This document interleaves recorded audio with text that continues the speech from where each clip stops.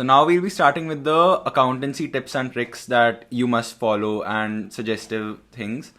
So beginning with that, I would recommend T.S. Grewal because it is followed in CBSE and it is a very helpful book. All the points are mentioned very clearly in that book.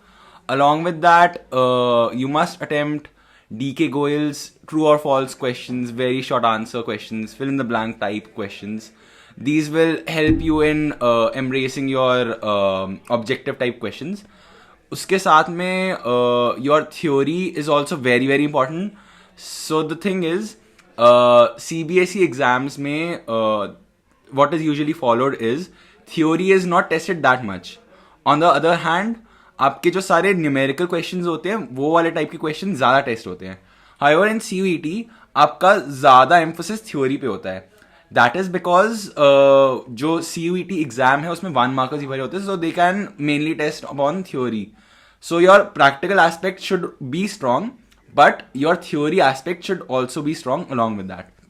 उसके साथ में I would suggest कि full big answer questions you don't need to attempt those because obviously you won't be given that much time, तो वो वाले type के question आएंगे नहीं. And you should focus on your journal entries. आपकी journal entries बिल्कुल ऐसे आपकी टिप्स पे होनी चाहिए, याद रहनी चाहिए. और प्रिपरेशन के स्टेप्स जो होते हैं हर एक चैप्टर में वो आपको याद होने चाहिए कि क्या प्रोसेस फॉलो होता है, because that is also asked many a times. Okay, so now we'll be moving on to NPO, which is not for profit organizations. ये chapter जो है it was not covered in your CBSE, it was probably cut, and ICSE maybe it was taught in 11th class. So this chapter will be tested for CUET. So you will need to lay great emphasis on it क्योंकि इसकी theory is very very important. इसको CUET में काफ़ी ज़्यादा test करा जाता है. मतलब आपका ये होगा कि आप क्वेश्चंस आपको 50 में से 40 अटेम्प्ट करने हैं, बट ऐसा नहीं है कि आप NPO छोड़कर चले आएंगे. इस वजह से आपको इस चैप्टर पे भी फोकस करना होगा सो दैट अगर कोई ऐसा क्वेश्चन हो एग्जाम में जो आपको ना आता हो, आप उसके लिए थोड़ा लीवे रख पाए. सो इसके लिए theory is very very important. आपको पता होना चाहिए NPO क्या है, इसकी क्या किस पर्पस के लिए फॉर्म होती है, और कौन से कॉलेजेस और स्कूल्स वगैरह जो गवर्नमेंट इंस्टीट्यूशंस हैं वो सारे जो आते हैं इसमें वो आपको पता होना चाहिए. सो इन दिस चैप्टर जो थ्योरी है उसमें काफ़ी क्वेश्चंस पूछे जाएंगे. उसके कुछ एग्जांपल्स आपके ऐसे होंगे क्वेश्चंस कि आपको इनकम एंड एक्सपेंडिचर अकाउंट और रिसीट्स एंड पेमेंट अकाउंट के कोई आइटम्स दे दिए जाएंगे. आपको बताना होगा कि in which account these items will appear, and you will also have to tell कि on which side would these items appear. Along with this, your missing value questions are also very important under this chapter. Missing value questions में they will ask आपको receipts and payment account आधा भरा हुआ दे देंगे, and उसके basis पे आपको कुछ और information दे रखी होगी जिससे आपको उसको complete करके आपको बताना होगा कि आपका क्या balance आ रहा है capital fund account में. इसके साथ में you will also have to tell कि आपके income and expenditure account में surplus आ रहा है, deficit आ रहा है, वो सब वैसे वाले मिसिंग वैल्यू क्वेश्चंस आपके आ सकते हैं.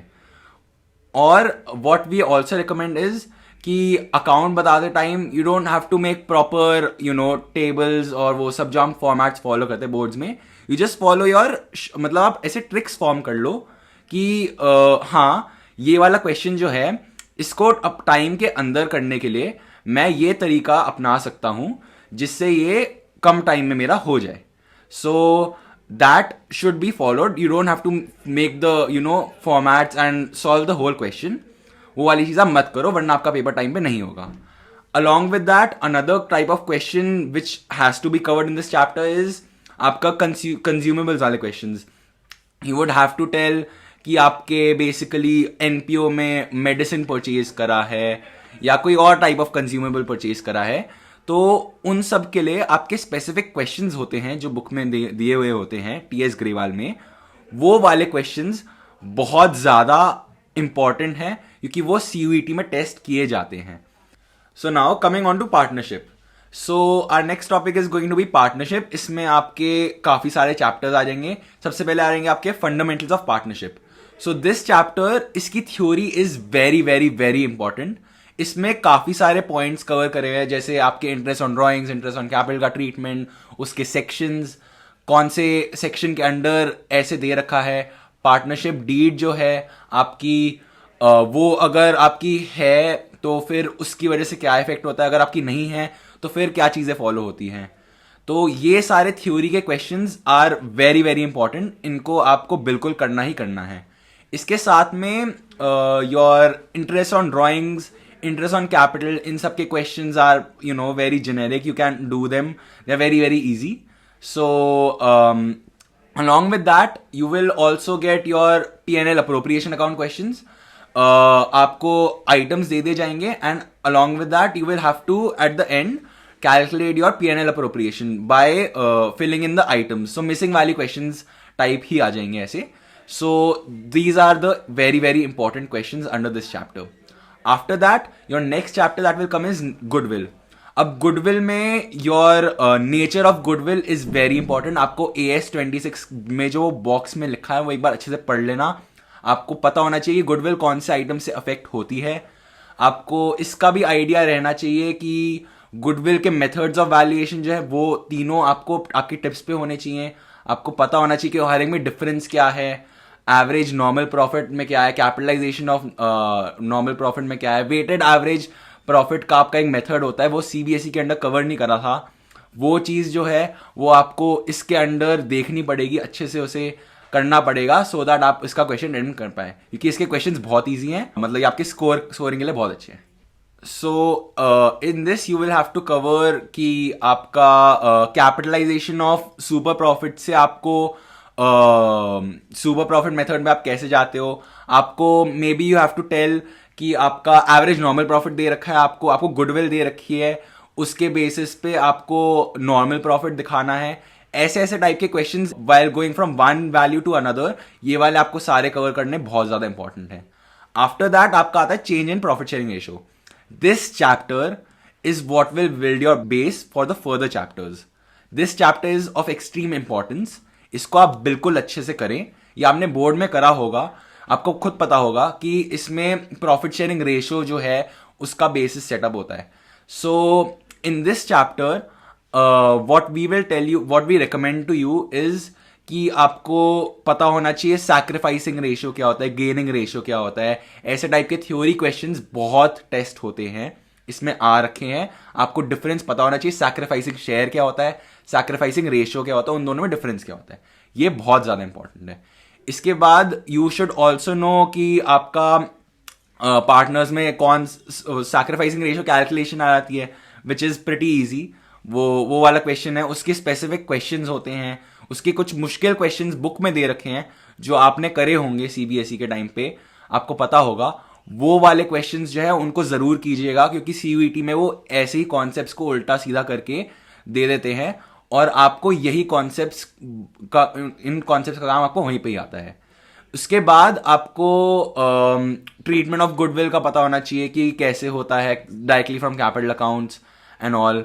And you will also have to cover कि आपके जो सारे रिजर्व्स एंड सरप्लसेस, जो आपके अक्यूमुलेटेड प्रॉफिट्स लाइक आपका WCR आ जाता है, आपका इन्वेस्टमेंट फ्लक्चुएशन रिजर्व आ जाता है, ये सारे जो हैं ये काफ़ी ज़्यादा इंपॉर्टेंट है। इनकी एडजस्टमेंट एंट्री भी आनी चाहिए, बल्कि क्योंकि CUET में आपको कभी कभार ऐसे दे देते हैं कि बहुत सारे आइटम्स देते हैं और उनकी सीधा एडजस्टमेंट एंट्री आनी चाहिए। वो बोर्ड में मे बी इतना टेस्ट ना हो, बट CUET में ऐसे एडजस्टमेंट एंट्री वाले क्वेश्चंस भी काफ़ी ज़्यादा इंपॉर्टेंट होते हैं, वो आना चाहिए आपको।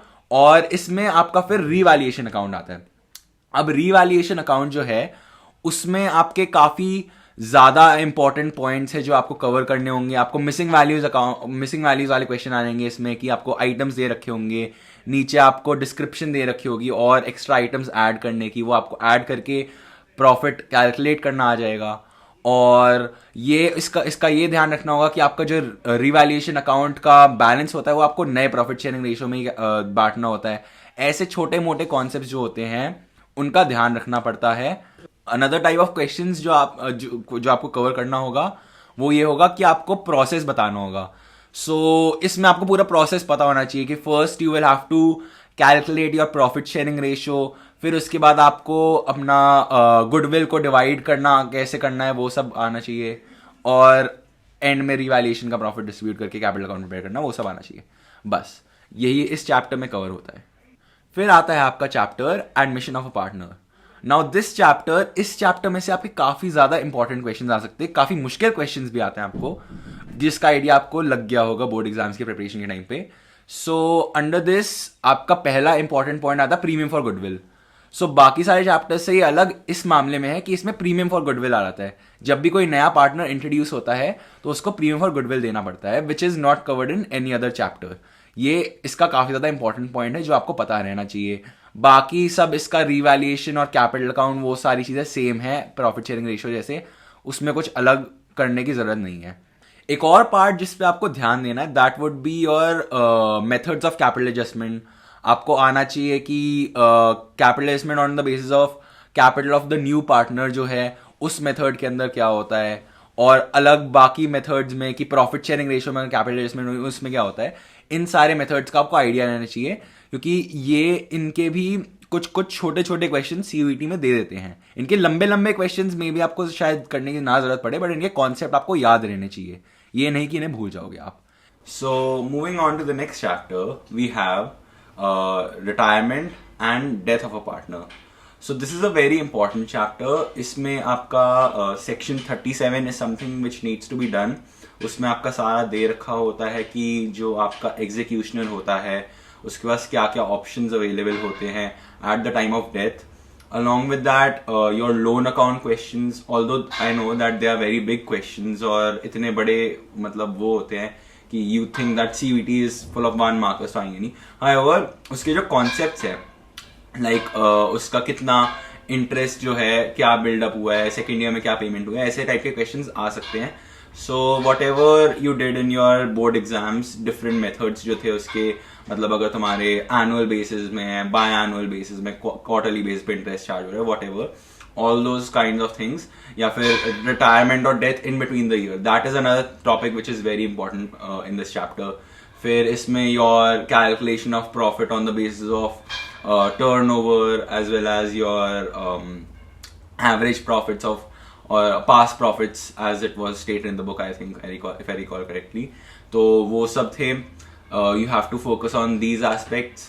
Then along with that इसमें capital adjustment वाले थे थोड़े, वो उन सब पे इसकी particular जो capital adjustment as I mentioned before कि capital adjustment वाले full fledged questions नहीं आते, however उसके concepts जो है वो टेस्ट करने को काफी ज्यादा बार आ जाते हैं। लाइक आई रिमेम्बर आ गया था सीयूईटी में ऐसे ही एक डेथ का क्वेश्चन था, या फिर maybe it was admission, but capital adjustment का ही क्वेश्चन था वो, and it was a very famous question and I think it came in the board exams as well. तो वैसा ही एक क्वेश्चन जो है वो आपका इसमें देखने को मिलेगा। देन ऑल्सो इसमें आपको ध्यान देना पड़ेगा अपने सारे के सारे जो sections, as I mention for section 37 तो मैंने कर ही दिया, और भी बाकी के जो है जो आपके डेथ का सेक्शन कौन सा होता है, रिटायरमेंट का सेक्शन कौन सा होता है, वो सारी चीजों पे you have to pay attention. In retirement and death, also another type of question that we see is hidden goodwill.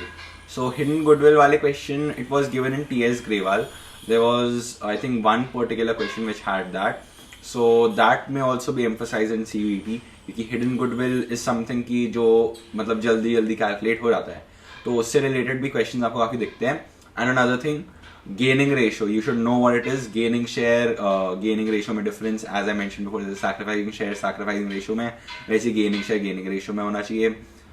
You should know कि goodwill इस ratio में divide होनी चाहिए, and you should also know कि आपके सारे profits जो हैं, पास्ट प्रॉफिट्स जो हैं, जो रिटायरिंग पार्टनर को दे रहे हैं, वो ओल्ड रेशियो में जो उसका शेयर था उसमें उसको देंगे। तो ये सारा है। And again retirement in between the year, very important topic, please do that, क्योंकि उसके क्वेश्चंस जो हैं वो भी आ जाते हैं सीयूईटी में। I don't think it was covered in boards, but it will be covered in CUET, so please focus on that aspect as well. Okay, so next coming on to dissolution of partnership. इसमें भी आपकी theory is very important. Dissolution जो है उसकी definition क्या है, उसको कौन से सेक्शन के अंडर आता है, sections are very important in this book, आपको थ्रू आउट याद रहने चाहिए क्योंकि वो भी आपके टेस्ट हो सकते हैं। इन दिस चैप्टर आपकी जर्नल एंट्रीज काफी इंपॉर्टेंट है। रियलाइजेशन अकाउंट आता है आपका, वो इस चैप्टर का काफी ज्यादा इंपॉर्टेंट पार्ट है। इसके लिए आपको स्टेप्स का भी पता होना चाहिए कि डिसोल्यूशन के टाइम पे स्टेप्स क्या होते हैं. वो सारी चीज़ें बुक में दे रखी होती हैं. आपको पहले प्रिपरेशन करनी होती है, जो भी रियलाइजेशन अकाउंट की, कैपिटल अकाउंट्स वगैरह, वो सारी चीज़ें आपको पता होनी चाहिए. इसके साथ में आपका एक और पार्ट होता है मेमोरेंडम बैलेंस शीट करके. अब that part is not covered in your CBSE syllabus, और वो बुक में भी एंड में दे रखा है. इसके क्वेश्चंस भी बहुत ज़्यादा इंपॉर्टेंट है. Memorandum balance sheet is basically balance sheet with missing values. उसमें ऐसे ही होता है, आपको कैपिटल अकाउंट का बैलेंस निकालना होता है.